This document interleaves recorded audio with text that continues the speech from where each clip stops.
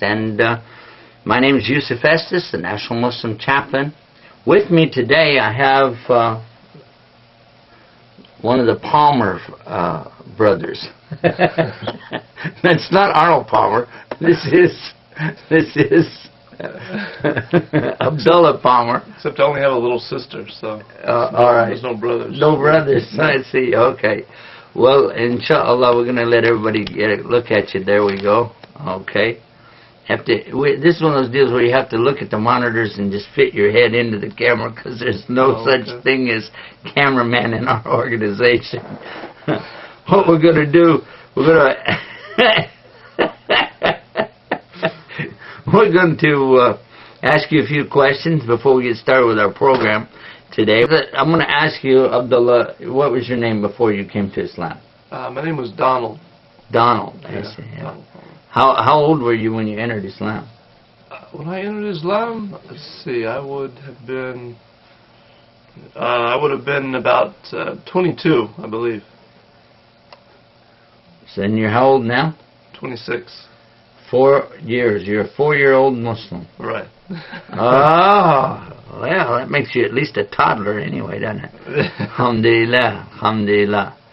So now what we want to do is find out a little bit about just the basic thing. You were in Christianity, so were you in a particular church?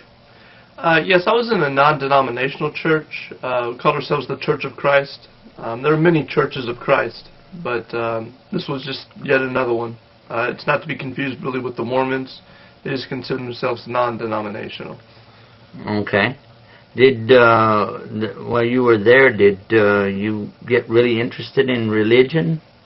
I sure did. I mean, I was a Methodist before that, but then when I entered the church, I got baptized into it. I got very active, and then they made me the leader of the campus region for Northern Virginia.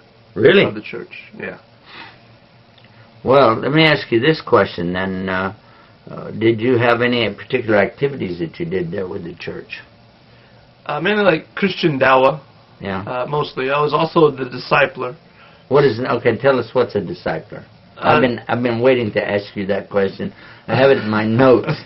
I want to know, what's a discipler? Tell us. Okay. Basically, what a discipler does is they're the leader of a group of people. Okay. So to speak.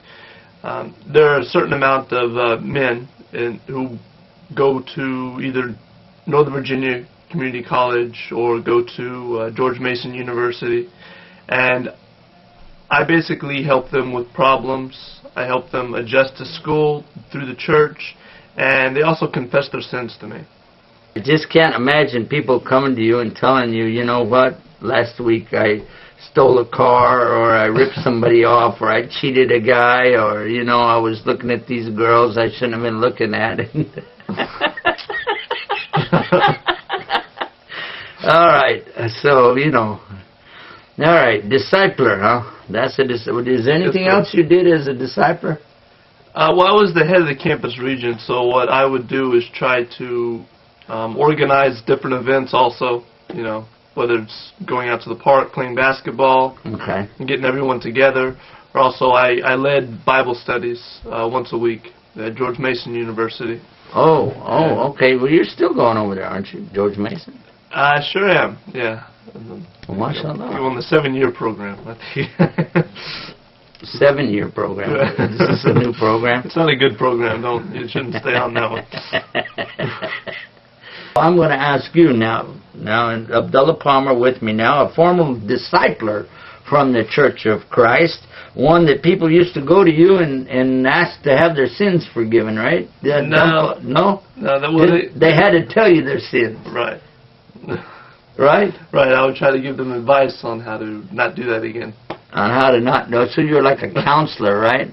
Kind of like that, right. But you had to listen to all the trash first, huh? Yeah, they had to tell me. That was the rule. They had to tell me all their sins. Oh! And to be honest with me. So. Yeah. I guess you've had an earful a number of times. A few times, yeah. Yeah. So. Wishing you weren't there. Yeah. Sometimes. Well, a lot of times I don't know what to tell them. So. Yeah. All right, now let me ask you this: when you were reading the Bible for yourself, did you ever come across verses or passages from the Bible that made you say, "What is that?" Yes, I did. I want you to talk about that a little bit. Okay, the first one that I ever came up with, and actually this was when I was very young. Okay. And it was in Genesis chapter 32, I believe, where God supposedly comes down to earth, and he wrestles with prophet Jacob. Yes, Jacob. That's right. And you see, I was a Christian, so I did believe that God came down as a man. That was my belief, that Jesus was God. But I didn't understand why God lost the fight. When he wrestled Jacob. Exactly. That makes Jacob a better God than God, right? I think God could take him. Especially if you consider the fact Jacob was, his whole life story was he was running from his brother Esau. Yeah. He was afraid his brother Esau could beat him up. That's a good point. I never thought about that. But when God came, he could still... Yeah, if he could whip God, why was he so afraid? Even after he whips God, he goes back and he's still afraid of his brother. He's offering all kind of peace offerings and lambs and wives and kids, all kind of stuff to him, and sent people ahead of him just to see, if they would. It's amazing. You got a point. Right. Then there were other things that, this is one of the things that bothered my parents a little bit. Is, we talked about it a little bit earlier in Jeremiah. Yeah.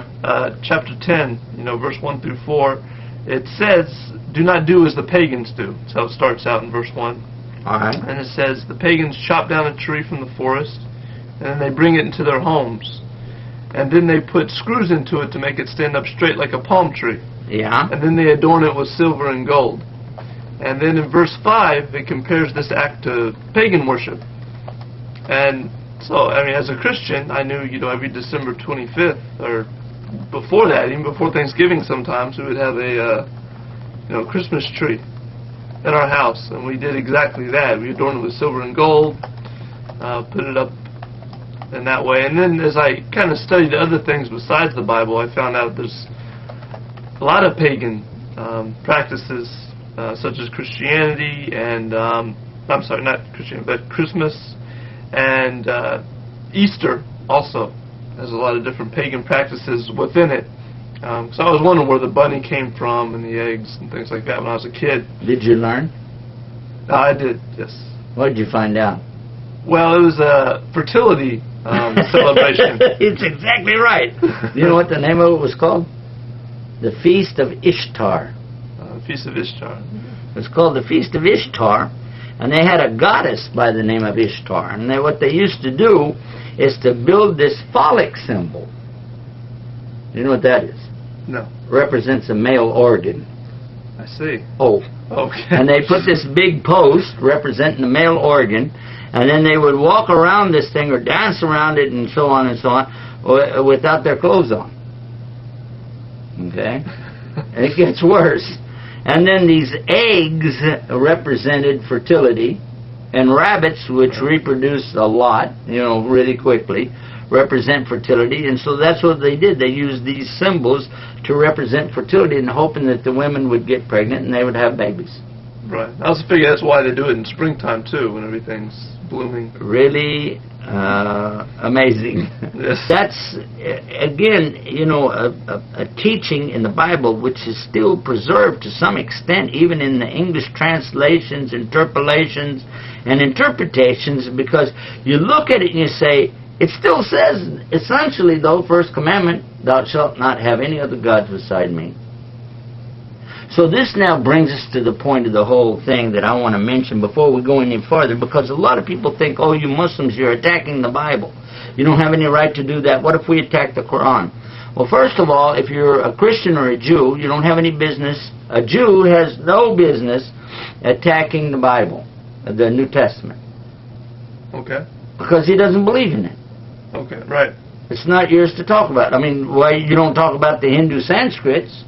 Mm-hmm. You don't go out here and talk about the Buddhist work or the Confucius people or any of the rest of them. So why would a Jew keep, and I've noticed this many times, a lot of Jews write books about the New Testament. Have you ever noticed that? Telling Christians how to think about their own book. Right. That's amazing because they don't even believe in it. Tell them how they should perceive Jesus, and they don't believe in Jesus. Am I right? Right. So I'm going to say the same thing to Christians. You don't believe in Muhammad, you don't believe in Allah, you don't believe in the Quran. So where do you come from attacking us? And if you said, no, you try to attack us. Nope. Oh, excuse me. We, like the Christians, have the right to look what came before us. Right. Christians can look at the Old Testament and say this came before us, right? Correct. But we accept it because Jesus endorsed it. The famous statement in the book of Matthew, chapter 5, verse 17. You remember that? Correct. Think not that I came to destroy the law and the prophets. To preserve it. I came not to destroy, but to fulfill. Oh, sorry. Is that right or wrong? No, that is right. It's like I told you, it's been 4 years. Not, well, but he said, I came to fulfill the law and the prophets, and not until all these things are accomplished shall even one dot or jot or iota of the law be in any wise lessened. And whoever breaks the least commandment and teaches that, he'll be in the hellfire, or the least in the kingdom, which is, of course, hell. And then the one who keeps the commandments and teaches that, he'll be the highest in the kingdom. Is that right? Correct. And then he keeps on going, and he says, and unless your righteousness exceeds that of these Pharisees, who were the religious leaders of the time, unless your righteousness exceeds that, you're not going to paradise. That's what it says. So, the Christians have a right to look back to the Old Testament because Jesus endorsed it. Am I right or wrong? You're right. So they have a right to look at it, whereas those who don't believe in the Bible don't have a right to look at it. Correct. Not from that standpoint. All right, now what about the Muslims? Look how the Quran begins. The beginning of the Quran, A'udhu billahi minash shaitanir rajim, Bismillahir Rahmanir Rahim, Alif Lam Mim. Dhalikal kitabu la rayba fi, hudal lil muttaqin, alladhina yu'minuna bil ghaibi, wa yuqimuna salata, wa mimma razaqnahum yunfiqun, walladhina yu'minuna bima unzila ilayka wa ma unzila min qablik. Okay, what does that mean? It says Alif Lam Mim. This is the book wherein there is no doubt, a source of guidance for those who, what? They make taqwa for Allah. They're God-fearing people. They believe in the unseen. They establish worship. They pay charity. And they believe in what's being sent to Muhammad, and they believe in what was sent down before, peace be upon him. They believe in what was sent down before, meaning to all the prophets. And it tells us also in the Quran, over and over and over, about the Bible. The Bible calls it the book. And what does Bible mean? It means book. It means book. Right. Exactly. It means book. Right. It comes from the Koine Greek word biblios. Correct. Which means book. And so Allah calls it kitab, which is Arabic for? Book. There you go. So it is the right of the Muslim to look at the Bible and ask, does the Bible still contain what it originally had? The real Bible came from where? It came from Allah. Of course. All revelation came from Allah. Everything that came down from every prophet, from Adam and Moses and Solomon and Jesus and Muhammad and all the other prophets in there, peace be upon all of them, every single one of them came with one message. One message. Worship God. Don't worship what He created. Does that make sense? Makes perfect sense. Worship Allah. Don't worship what He created. Put it down in just one simple sentence so the country folks like us can understand it. Worship God. Don't worship what He made. And how did He say it? He said it in words that the people understood at the time. Then the people preserved it for a while, but then others tried to interpolate it and interpret it and translate it and we wind up with abrogation, falsehood, mixed up contradictions, errors, and all the rest of it. And that's what these books are dealing with. But from the Muslim perspective, we're not saying there's anything wrong with the Bible. You know what we're saying? There's something wrong with what these people are calling the Bible, Because it's not the Bible. The Bible was not revealed in English. There was no English language. Correct. Or was there? No, there was not. Did Moses speak English? No. I don't think so. Solomon? No. Peace be upon him. Jesus? Peace be upon him? No. No. So if you want to know the text, you have to go to the original language. So it means you've got to go back to either the Hebrew or the Aramaic or any of the Semitic language that it was revealed in, and then read it. But then you'd have to find an original copy. Right, because they didn't speak Greek either. True. So here's what we're bottom line. We're saying this, that we as Muslims, we love the Bible. And we wish you would be more true to the real Bible and not accept these corrupted versions. And if you really want to know what the Bible says, read the Quran. Right. Because a lot of the Bible is still preserved in the Quran. Allah tells you, this is what was said. That is what was said. You want to know what was said? Read the Quran and find out. Right. And then realize that Islam is not any different than the religion that came with Jesus and Moses and all the prophets before. They only said one thing. You know what they said? They said, worship God, don't worship what He created.